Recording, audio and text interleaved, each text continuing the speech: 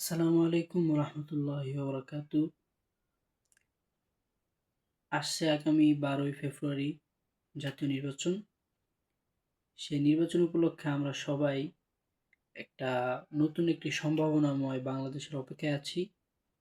তো সম্ভাবনাটা কোথায় এবং সম্ভাবনাটা কোন জায়গায়, সেটা নিয়ে অনেকেই সন্দেহ রয়েছে। সম্ভাবনাটা কি একটি সেকুলার রাষ্ট্রের?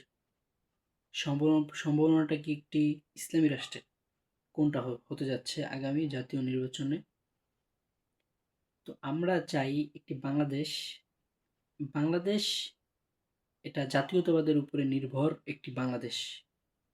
বাংলা ভাষার উপর জাতীয়তাবাদের উপর ভিত্তি করে এই রাষ্ট্রটি গঠন হয়েছে।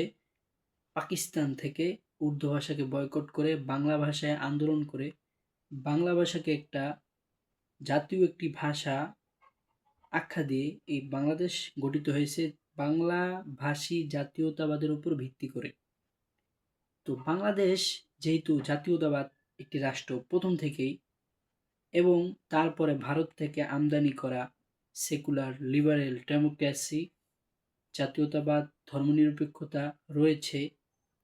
তার সাথে সাথে আমাদের বাংলাদেশ যে আমেরিকার একটি পাঁচাটা গোলাম এবং আমেরিকার দালাল একটি সরকার বাংলাদেশে বসায় প্রতি নির্বাচনের পরেই, এটা আমাদের কাছে বিগত বছরেও স্পষ্ট হয়েছে এবং আগামী বছরগুলোতে স্পষ্ট হবে।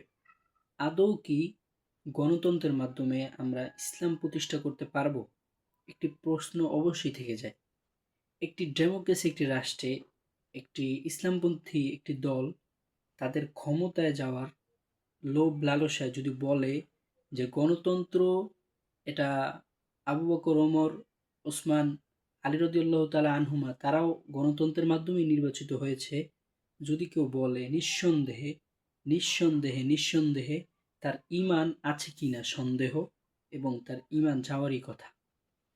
কেননা গণতন্ত্র একটি কুফরি মতবাদ। এই কুফরি মতবাদের অপব্যাখ্যা, কুফরি মতবাদ বাস্তবায়নের অপবাদ যদি কোনো সাহাবায়ে কেরামের উপর দেওয়া হয়, তাহলে তার তো মারাত্মক গুনাহ হবেই হবে, সাথে সাথে সে তো ওই মতবাদ কবুলকারী, গ্রহণকারী হওয়ার কারণে সে কাফের হয়ে যাবে। বড় খতরনাক বিষয়। মানুষ নামাজ, রোজা, হজ, যাকাত এসব আদায় করে। এসব রাষ্ট্রের যে মুসলিম ধার্মিক পণ্ডিতরা আছে, মুসলমানরা আছে, তারাই পণ্ডিতরা শিখিয়ে দেয়।